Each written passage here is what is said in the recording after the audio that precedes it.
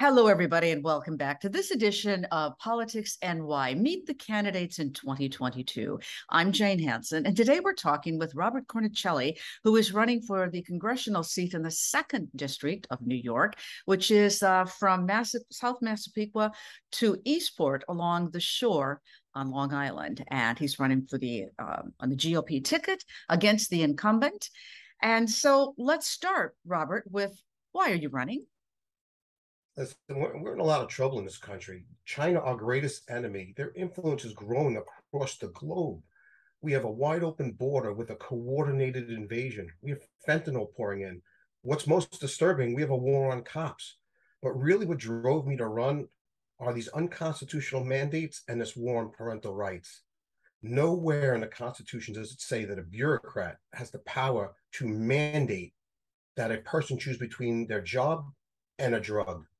And certainly there's nowhere in the Constitution that it says that the government has a role in raising children or educating children. So I think the things that drove me most to run is this overreach of the government and their constant need to try to control our lives. And when I get to Congress, I guarantee you that's going to end. So if you are elected, then what would be the first issue that you would really attack? I know, by the way, that I didn't mention that you're obviously an Army veteran and that service is very important to you. But what is the first issue you will take on?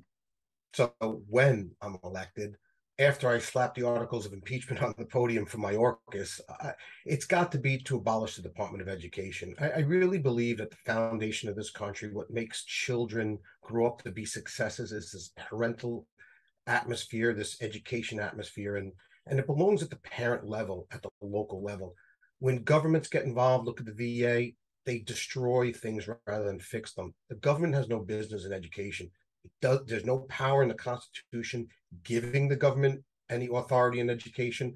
It's got to be abolish the Department of Education, return it to the local level where there's no unfunded mandates. You do this or you're not getting federal or state aid. Return it to the people, parents, local educators, local leaders. They'll figure out the best curriculum for their kids. Just get the government out of our lives. So on that note, let's ask a lighter question, which is tell us something about yourself that no one else knows. I don't know if a lot of people know, but I have a 501c3, homeless and substance dependent veterans, children with autism or intellectually and developmentally disabled. That community in me, it touches my heart. And during the China virus, if you notice, homeless veterans, they were stuck in their homeless veteran shelters. They were never allowed to leave.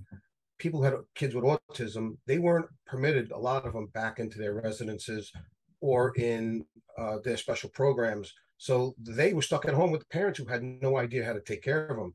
So I really have this desire to help those who can't help themselves. It touches my heart. It makes me sad when kids or people with developmental disabilities are suffering. So I've always worked in the community. I haven't had a second job like the other two.